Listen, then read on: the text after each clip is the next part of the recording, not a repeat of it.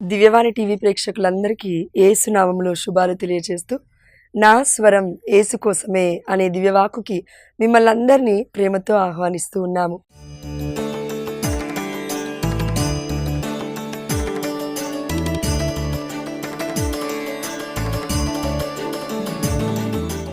మనందరికీ తెలిసిన విధంగా మన కనతలైన కథోలిక శ్రీ సభ మే నెల 31వ తారీఖున 2 పండుగలను కొనియాడుతోంది.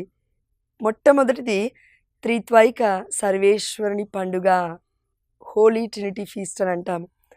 అదేవిధంగా మరియ తల్లి ఎలిజబెత్తమ్మను సందర్శించిన పండుగ. ఈ 2 పండుగల గురించి ఈ వాక్య పరిచర్యలో మనం తెలుసుకోబోతూ ఉన్నాము. అంటే ప్రతి పండుగలో ఉన్న పరమార్థాన్ని మనకి మన కనతలైన కథోలిక శ్రీ సభ ఎందుకు తెలియజేస్తుందంటే, ఇంకా మనం దేవుడికి దగ్గరగా జీవించాలని, ఇంకా మనం దేవుళ్ళు ఆనందించాలని, ఇంకా మన జీవితాలను బట్టి దేవుడు మహిమ పొందుకోవాలి అని, అదేవిధంగా మన కుటుంబాలన్నీ కూడా శాంతి సమాధానంతో వర్ధిల్లాలి అని ఆ తల్లి మరియ తల్లి మధ్యస్థ ప్రార్థనతో పాటు మనము దేవుణ్ణి ఇంకా లోతుగా సత్సంబంధాన్ని కలిగి జీవించాలని దేవుడు కోరుకుంటున్నాడు. అందుకే ఈరోజు మనకి పరిశుద్ధాత్మ దేవుడు పరిచయం చేస్తున్న అంశము ఈ పండుగల పరమార్థం ఏమిటి. మొట్టమొదటి పండుగ త్రిత్వైక సర్వేశ్వరుని పండుగ. పరిశుద్ధమైన గ్రంథంలో మనం ఆధారాలు చూస్తే యెషయా గ్రంథము 44వ అధ్యాయము 6వ వచనంలో మనం చూస్తూ ఉన్నాము. ఏకైక దేవుడి గురించి ఇక్కడ ఉంది. అదేంటంటే ఇజ్రాయేలు రాజు, వారి విమోచకుడు, సర్వశక్తిమంతుడైన ప్రభువు ఇట్లా అనుచున్నాడు. చూడండి, పాత నిబంధనలో విమోచకుడు అని ఉంది. విమోచకుడు అని ఎవరికి పేరు? యేసుప్రభుల వారికి పేరు. యేసయ్య రక్తాన్ని మన పాపముల కొరకే క్రయ ధనముగా అర్పించి మన పాపాల నుండి దేవుడు మనల్ని విమోచించాడు. అంటే యేసుప్రభుల వారు. ఇక్కడ పేరేమనుంది? విమోచకుడు, ఇజ్రాయేలుల విమోచకుడు. అదేవిధంగా మొదటి వాడను కడపటి వాడను నేనే, నేను తప్ప వేరొక దేవుడు లేడు అని వాక్యం చాలా స్పష్టంగా తెలియజేస్తుంది. పాత నిబంధనలో ఉన్న దేవుడి పేరేంటి? యావే ప్రభు, యెహోవా ప్రభు. అవునా? ఎస్.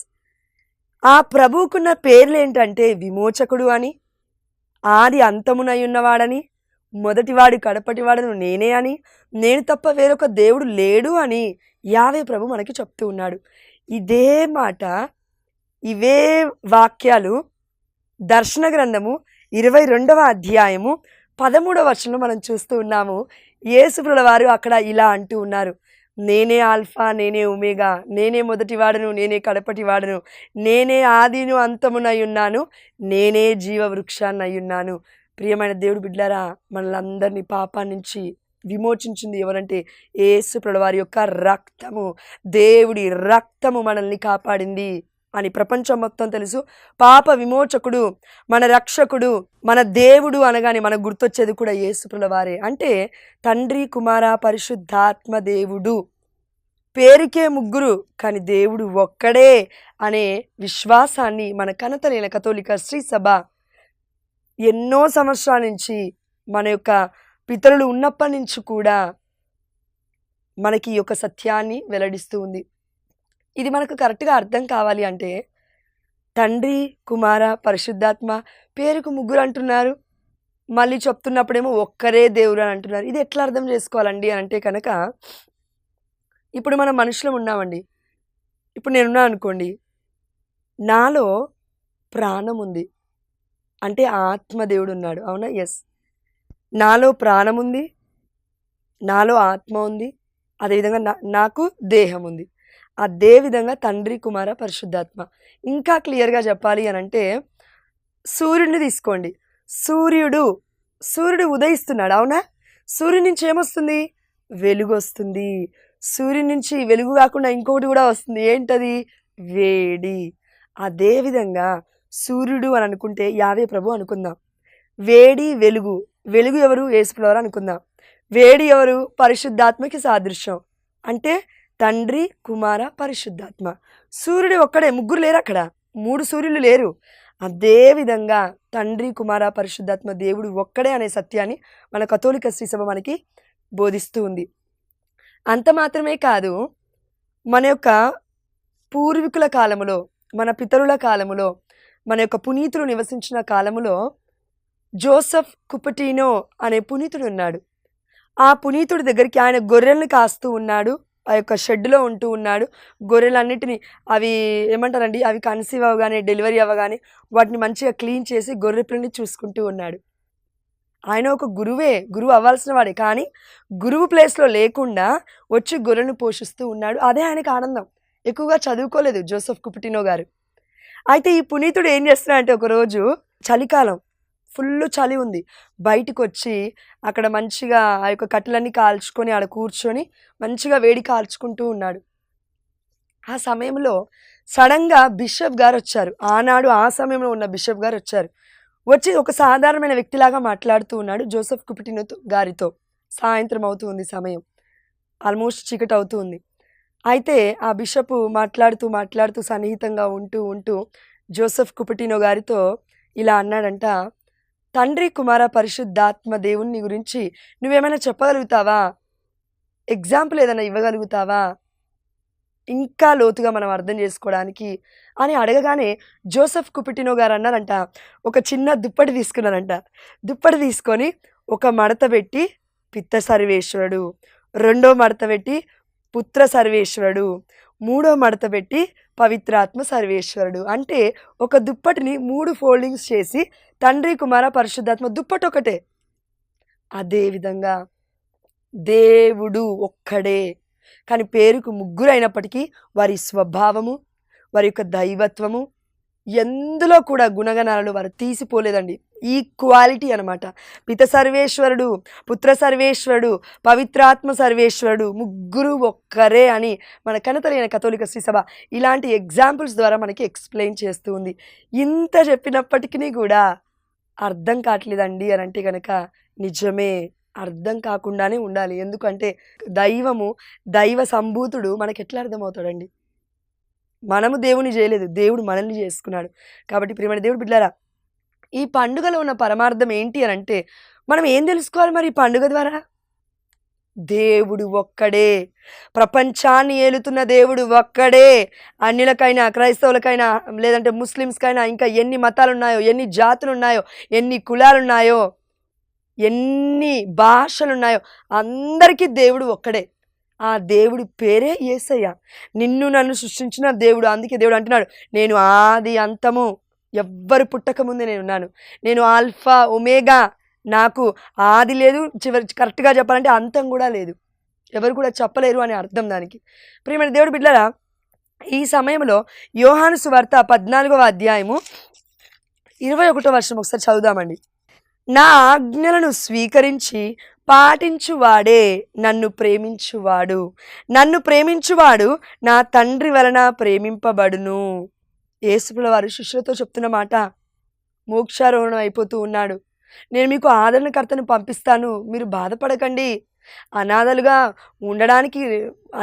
ఉండకుండా ఉండడానికి నేను ఆదరణకర్తను పంపిస్తాను. మీరు భయపడద్దు, మీరు బాధపడద్దు, మీరు కృంగిపోవద్దు, మీరు నిరుత్సాహపడద్దు. నేను ఆదరణకర్తను పంపిస్తానని చెప్తున్న యేసుప్రభుల వారు అంటూ ఉన్నారు ఇక్కడ, నా తండ్రి నన్ను ప్రేమించాడు. మీరు ఎప్పుడైతే నా ఆజ్ఞలు పాటిస్తారో నా తండ్రి మిమ్మల్ని ప్రేమిస్తాడు. దాని తర్వాత నేను వానిని ప్రేమించి, ఎవరిని? మనల్ని. దేవుడు మనల్ని ప్రేమించి వానికి నన్ను తెలియపరచుకొందును. ఒకవేళ పరిశుద్ధమైన గ్రంథం మొత్తం మనం చదివేస్తుంటే, మరి దేవుడి గురించి మనకి తెలిసే ఉంటే దేవుడు ఎందుకు ఈ మాట అంటున్నాడు? అయ్యో, యేసయ్య ఎవరో మనకు తెలుసు కదండి, మళ్ళీ ఎందుకు ఈ మాట అంటున్నాడు దేవుడు? నన్ను నేను మీకు తెలియపరచుకుంటాను, నన్ను ప్రేమించండి. అంత మాత్రమే కాదండి, మనకి సామెతల గ్రంథము 8వ అధ్యాయం 17వ వచనం అనుకుంటాను, లేదంటే 18వ అధ్యాయం 7వ వచనంలో ఉంటుంది. నన్ను ప్రేమించిన వారిని నేను ప్రేమింతును, నన్ను వెదకు వారికి నేను దొరుకుదును. అంటే దేవుడి పరమ రహస్యాలను దేవుడు ఎవరికి చెప్తారు అని చెప్తున్నారంటే ఇక్కడ లూకాసు వార్త 10వ అధ్యాయము 22వ వచనం ఒకసారి చదువుతాను చూడండి. ఎవరికి అర్థమవుతుంది దేవుడి యొక్క పరమ రహస్యాలు అంటే, నా తండ్రి నాకు సమస్తమును అప్పగించి ఉన్నాడు. యేసుప్రభుల వారు చెప్తున్నారు, నా తండ్రి నాకు సమస్తమును అప్పగించి ఉన్నాడు. తండ్రి తప్ప మరెవ్వరును కుమారుని ఎరుగరు. అదేంటండి? యావే ప్రభు మనకు తెలుసు. యేసుప్రభుల వారి గురించి వాక్యాలున్నాయి మనకు తెలుసు. మరి అదేంటి యేసుప్రభుల వారు మళ్ళీ ఈ మాట అంటున్నారు? తండ్రి తప్ప మరెవ్వరు కుమారుని ఎరుగరు. కుమారుడు తప్ప మరెవ్వరును తండ్రిని ఎరుగరు. ఇంత మాత్రమే కాదు, మరియు కుమారుడు ఎవరికి ఎరిగింప ఇష్టపడునో వారు మాత్రమే తండ్రిని తెలుసుకొందురు. ఆమేన్, హల్లెలూయా. ఇదండి ట్విస్ట్. పరమరహస్యము ఈ పండుగలో ఏంటంటే, యేసు ప్రభువారు తనకు తానుగా ఆయన ఎవరు అని మనకి తెలియజేయాలనుకుంటే తండ్రి, కుమార, పరిశుద్ధాత్మ.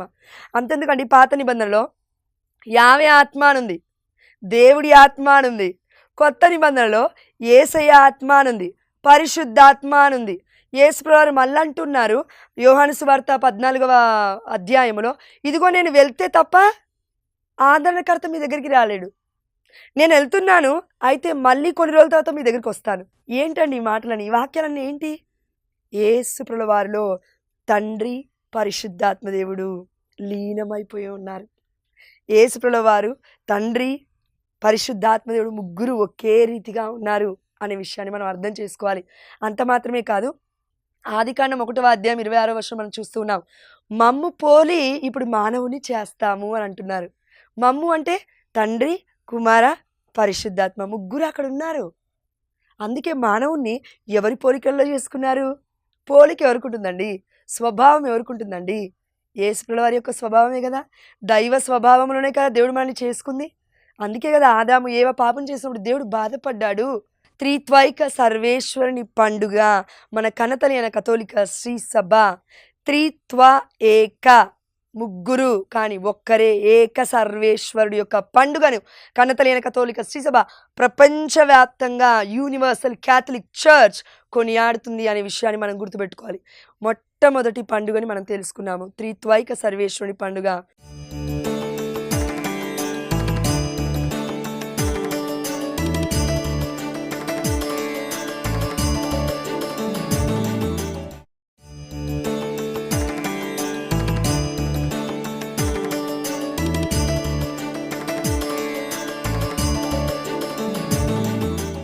రెండో పండుగ ఏంటంటే మరియ తల్లి ఎలిజబెత్తమ్మను సందర్శించిన పండుగ. మొదటి పండుగ దేవుడు ఒక్కడే, ఆ దేవుడి పేరు యేసయ్య మాత్రమే. ప్రపంచం మొత్తానికి మనం ప్రకటించాల్సింది కూడా ఏంటంటే ఇదే విశ్వాసం. దేవుడు ఒక్కడే అని దేవుడు మనకి ఎందుకు చెప్తున్నాడు? సూర్యుడు దేవుడు కాదు, చంద్రుడు దేవుడు కాదు, సృష్టి దేవుడు కాదు, చెట్లు పుట్టలు దేవుళ్ళు కాదు, నల్లదారాలు తెల్లదారాలు దేవుళ్ళు కాదు, లేదంటే గుమ్మడికాయలు ఇంకేదో కడతారు కదండి గడపలకి చాలామంది, అవి దేవుళ్ళు కాదు, మిర్చీలు, నిమ్మకాయలు ఇవన్నీ దేవుళ్ళు కాదు, మనుషులు కూడా దేవుళ్ళు కాదు. కానీ దేవుడి రూపురేఖలలో దేవుడు మనల్ని చేసుకున్నాడు. అందుకే దేవుడు ఒక్కడే అనే సత్యాన్ని ప్రపంచం మొత్తము దేవుడు ప్రకటించాలి అనుకుంటున్నాడు మన ద్వారా. అందుకే ఈ పరమ సత్యాన్ని మనకు చెప్తున్నాడు. ఇది మొదటి పండుగ. రెండో పండుగ ఏమని చెప్పుకున్నాము? మరియ తల్లి ఎలిజబెత్తమ్మను సందర్శించిన పండుగ.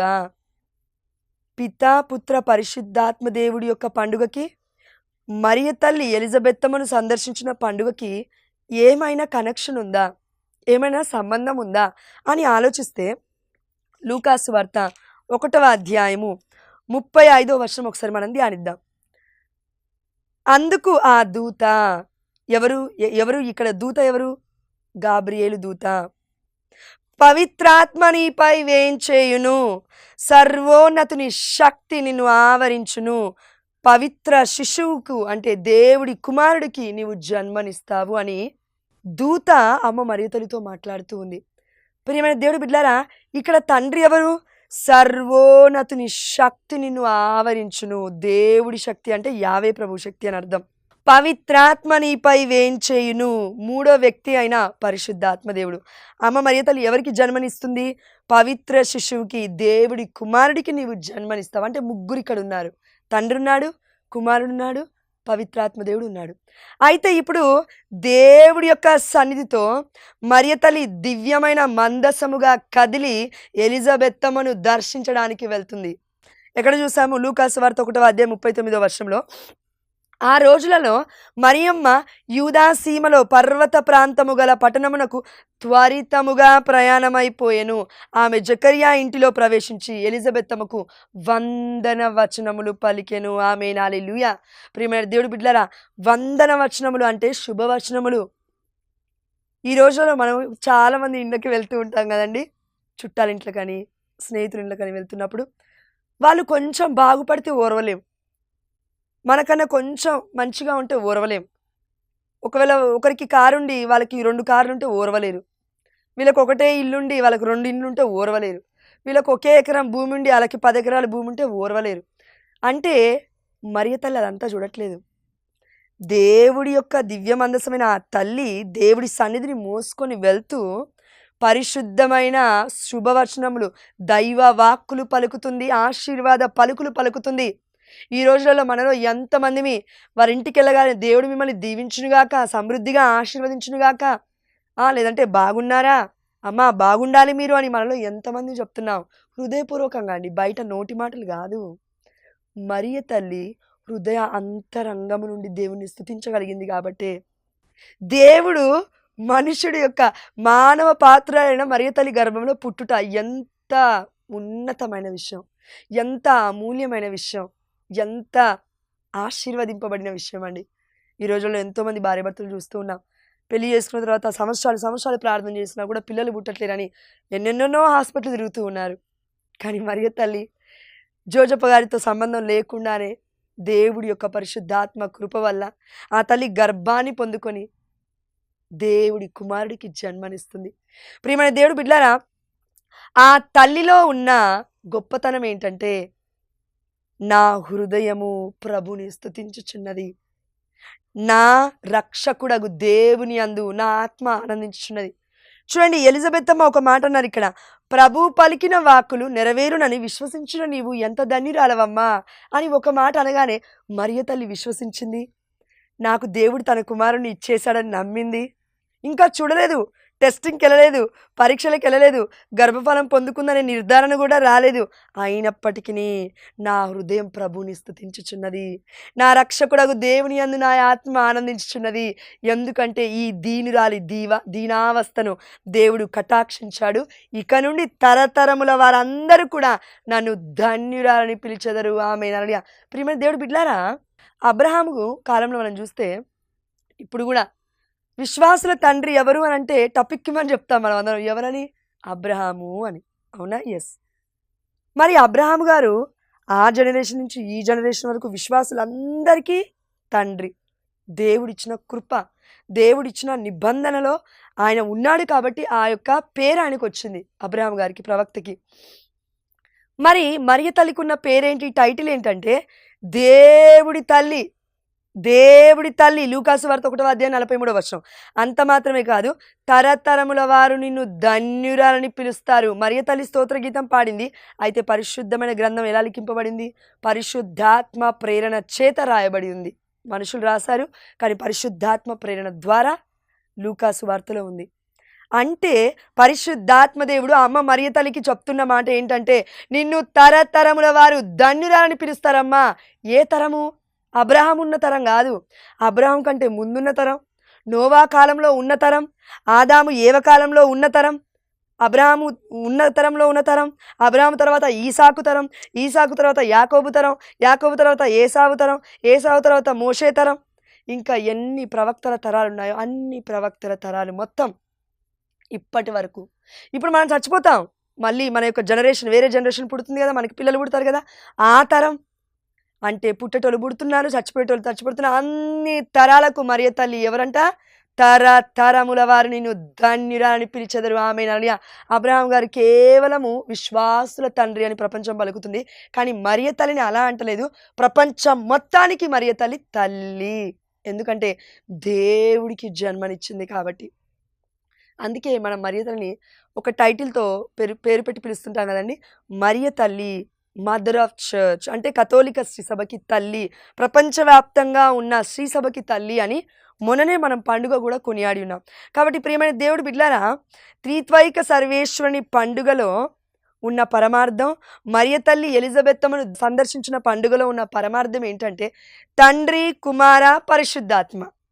ఈ యొక్క దైవ సన్నిధి ఏ బిడ్డలైతే కలిగి జీవిస్తారో వారికి తప్పకుండా దేవుడి కృప అత్యధికముగా ఉంటుంది.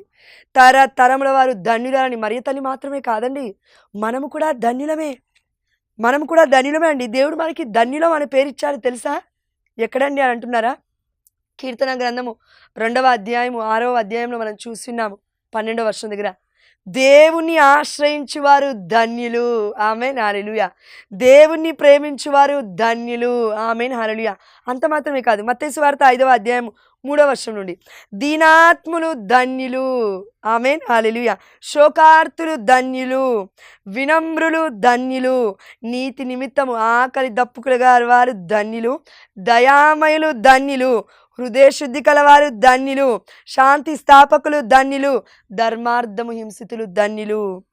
చివరిగా ఒక మాట అండి, నీతి నిమిత్తము అవమానింపబడినప్పుడు, హింసకి గురైనప్పుడు, దేవుడి చిత్త ప్రకారం జీవిస్తూ కూడా అనేక మంది ముందు అపహేళన చేయబడినప్పుడు వారు ధన్యులు. ఓన్లీ మన కథోలిక శ్రీ సభ మాత్రమే ఈ సత్యాన్ని బోధిస్తుంది. ప్రపంచంలో వేల వర్గాలు ఉన్నాయి కదండి, ప్రొటెస్టెంట్స్ వర్గాలు ఉన్నాయి కదా. ఎక్కడికి వెళ్ళినా మీరు చూడండి, ఇదిగో ఇదిగో ఇదిగో గర్భఫలం లేదా, అమ్మో అయితే శాపం ఉంది. అవునా? అయితే జకరియా ఎలిజబెత్ గారికి శాపముండి పిల్లలు పుట్టలేదా? దేవుడి చిత్తం. అదేవిధంగా అబ్రహాముకి సారాకి దేవుడి చిత్తం లేటుగా పుట్టడం. ప్రియమైన దేవుడి బిడ్డలారా, కానీ ఈ రోజుల్లో ప్రపంచం ఎలా నడుస్తుంది తెలుసా అండి? అంతా ఆశీర్వాదం, దీవెన, కళ్ళకు కనబడే ఆశీర్వాదం కావాలంట. ఏంటి ఆ ఆశీర్వాదం? పిల్లలు ఉండాలి, భర్త ఉండాలి, భార్య ఉండాలి, తల్లిదండ్రులు అందరూ బ్రతికే ఉండాలి, అత్తమ్మ మొత్తం బ్రతికే ఉండాలి, పిల్లలు ఒక మంచి లెవెల్లో ఒక పెద్ద అద్దాల కంపెనీలో సాఫ్ట్వేర్ ఇంజనీర్ అయి ఉండాలి. పరిచయం కాదంట, అద్దాల కంపెనీలో జాబులు చేయాలి, బిజినెస్ ఉండాలి, పెద్ద పెద్ద పనులు చేయాలి. ఈ ఆలోచనలు మొత్తము కూడా 24 గంటలు ఆర్థిక సమస్యలు లేకుండా జీవిస్తే దేవుడు గొప్పగా దీవిస్తున్నాడండి. ఆర్థిక సమస్యలు ఉంటే దేవుడు దీవిస్తున్నట్లు కాదండి. రోగాలుంటే దేవుడు దీవించినట్లు కాదండి. రోగాలకి స్వస్థత ఉండాలండి. అందుకే రండండి, మేము మీ అందరికీ అద్భుతాన్ని చేసి చూపిస్తామని వర్గాలు పిలుస్తూ ఉన్నాయి. అద్భుతం అక్కడ లేదు. దివ్య సప్రసాదనాథుడు అంటే యేసు ప్రభువు వారిలోనే అద్భుతం ఉంది. ఆ దేవుణ్ణి మనం పొందుకొని మనం జీవించాలంటే తండ్రి, కుమార, పరిశుద్ధాత్మ ముగ్గురు ఏకరీతిగా మనలోకి వచ్చి నివసిస్తూ ఉన్నారు దివ్య సప్రసాదనాథుడి రూపంలో. దేవుని రక్తము, దేవుని దేహము మనలో ఐక్యమవుతుంది. అందుకే యేసు ప్రభువు వారు ఒక మాట అంటున్నారు, నేను నా తండ్రిలో నేను ఎలా అయితే ఉన్నానో, నా తండ్రి నాలో ఎలా అయితే ఉన్నారో మీరు మాలో ఉంటారు అని మనకి యోహాను సువార్త 14వ అధ్యాయంలో సెలవిస్తుంది. ప్రియమైన దేవుడి బిడ్డలారా, ఈ లోకంలో ఆశీర్వాదము ఒకవేళ మనకి అద్భుతం అనుకుంటే, పునీతులందరూ హెబ్రీయులకు రాసిన లేఖలు మనం చూస్తున్నాము, మధ్యలోకి కోయబడి చంపవేయబడ్డారు. ఎంతోమంది స్త్రీలు, మటకన్యా స్త్రీలు, ఇప్పుడు చూడండి ఒడిస్సా కానీ ఇంకా ఉత్తరప్రదేశ్ కానీ అక్కడ చూడండి హింసించి చంపేస్తున్నారు. వారందరి పునీతులు అవుతూ ఉన్నారు. ప్రియమైన దేవుడి బిడ్డలారా, పునీతత్వంలో ఉండాలని దేవుడు కోరుకుంటుంటే అద్భుతాలలో ఉండాలని వర్గాలు చెప్తున్నాయి. కథోలిక శ్రీ సభ అద్భుతం, దేవుడి యొక్క సన్నిధి. కాబట్టి మనమందరము కూడా ఈ లోక ఆలోచనలు, అద్భుతాలు అద్భుతాలు అద్భుతాలు ఆశీర్వాదాన్ని కాకుండా నిజమైన అద్భుతమైన ఆ దేవుడి యొక్క సన్నిధిని మరియ తల్లి వలె మనమును తండ్రి, కుమార, పరిశుద్ధాత్మ దేవుణ్ణి మోస్తున్న దివ్యమైన మందసాలుగా మనం మారాలి. అంటే దివ్య సప్రసాదనాథుని ప్రతిరోజు లోకుంటూ యోగ్యకరముగా స్వీకరిస్తూ, అదేవిధంగా పునీతుల యొక్క మధ్యస్థ ప్రార్థన ద్వారా మనం జీవించగలిగితే దేవుడు ఎంతో ఆనందపడతాడు. దేవుడికి మహిమ కలుగుతుంది మన జీవితాల ద్వారా. వ్యాధి కూడా దేవుడికి మహిమే. మనం పరిశుద్ధంగా జీవించి 7 దివ్య సంస్కారాలను మనం ఉపయోగించుకుంటూ దేవుళ్ళు ఐక్యమవుతూ మమేకమవుతూ మనం జీవించగలిగితే మనము ధన్యులమే. మరియ తల్లి మాత్రమే కాదు, మనమును ధన్యులమే అవుతాం. కానీ ఆ తల్లికి పాపమే లేదు, మనలో పాపం ఉంది. అది మనం ఒప్పుకుంటూ దేవుడికి దగ్గరగా జీవించాలని దేవుడు కోరుకుంటున్నాడు. కాబట్టి మనకిని మన కుటుంబ సభ్యులందరికీ త్రిత్వైక సర్వేశ్వరుని పండుగ శుభాకాంక్షలు. అదేవిధంగా మరియ తల్లి ఎలిజబెత్తమ్మను సందర్శించిన పండుగ శుభాకాంక్షలు తెలియజేస్తూ మనమును దేవుడి సన్నిధిని పొందుకున్నాము. కాబట్టి ఆ యొక్క సన్నిధిలో ఉన్న ఆశీర్వాద వచనాలు ఎదుటివారితో కూడా పంచుకోవాలని దేవాదేవుడు కోరుకుంటున్నాడు. అమ్మ మరియ తల్లి మధ్యస్థ ప్రార్థన ద్వారా ఆ దేవాతి దేవుడు మనలందరినీ కూడా 30దింతలుగా 60దింతలుగా 100ంతలుగా యేసు నామములో దీవించునుగాక. ఆమేన్. హల్లెలూయా. పితా పుత్ర పవిత్ర ఆత్మ నామమున ఆమేన్.